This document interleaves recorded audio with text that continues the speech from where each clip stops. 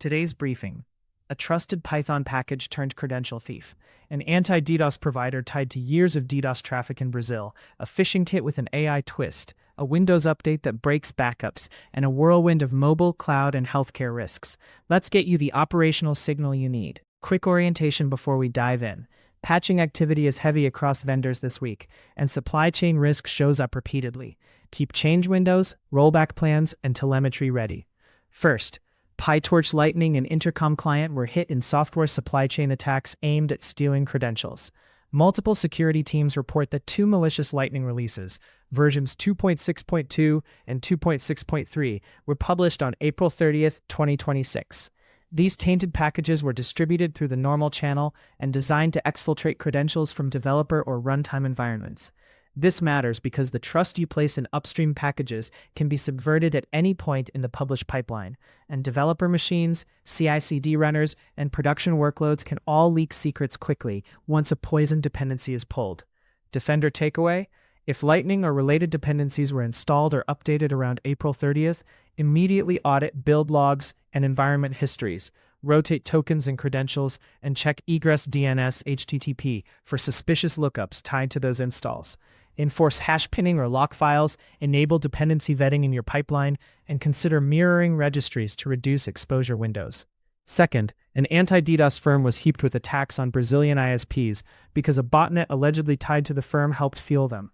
Investigators tracking massive DDoS campaigns originating in Brazil and targeting Brazilian ISPs found an exposed online archive containing Portuguese-language malicious Python programs and private SSH keys belonging to the CEO of Huge Networks, a DDoS mitigation provider operating primarily in Brazil. The company's chief executive says the activities stemmed from a security breach and suggests a competitor may be trying to tarnish their reputation. Why this matters: when a security provider or its infrastructure is compromised, the very controls meant to protect networks can be redirected or abused, eroding trust and complicating incident response for downstream customers. Defender takeaway: reassess provider trust boundaries. Require independent telemetry, signed configurations, and immutable logging from mitigation partners.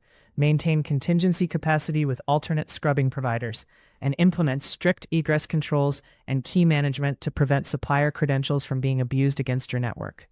Third, a new BlueKit phishing service includes an AI assistant and more than 40 templates. The service packages ready-made lures for popular brands and adds basic AI features to generate campaign drafts, lowering the skill and time required to run convincing phishing waves.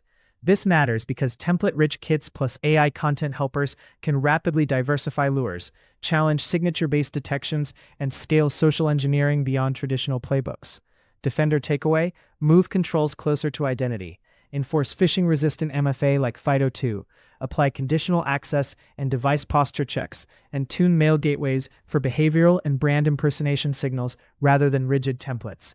Keep user reporting simple and fast, and run targeted simulations that mirror current lures to reinforce reporting over guessing. Fourth, the April KB50836769 Windows 11 update is causing backup software failures.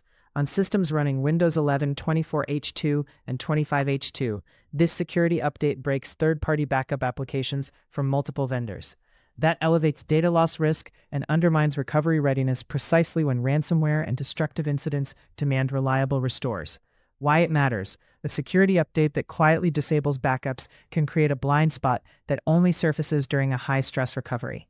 Defender takeaway: immediately validate backup jobs and conduct test restores on machines that received KB50836769. If you're impacted, follow vendor advisories, apply any hotfixes, and consider pausing rollout of this update in phased rings until a fix is verified. Ensure you have at least one offline or immutable backup tier and confirm recovery point and time objectives still hold. Fifth, a wide-ranging threats bulletin highlights SMS blaster busts, OpenEMR flaws, 600,000 Roblox account compromises, and other exposure trends. Notably, scammers are using fake cell towers to push malicious texts. Some developers are inadvertently installing tools that peek into private files during setup, and millions of servers remain exposed without passwords. This matters because the threat surface spans consumer and enterprise. Mobile networks, developer tooling supply chains, healthcare platforms, and cloud misconfigurations all intersect with work devices and data. Defender takeaway: treat SMS as untrusted. steer users toward out-of-band verification and managed messaging protections. For developer endpoints, restrict install privileges, verify installer provenance, and monitor for unexpected file and network access during setup. Continuously scan for unauthenticated services and default credentials in your cloud and on-prem inventories, and prioritize patching OpenEMR and similar critical applications while segmenting and tightening access. Across all of these, two themes repeat. Update deliberately and verify relentlessly. Apply security patches with guardrails, validate your controls after every change, and assume upstream components and providers can fail in surprising ways. If this helped you triage what to do next, subscribe for the next briefing, share it with your team, and drop the one question you want answered in tomorrow's rundown. Stay safe out there.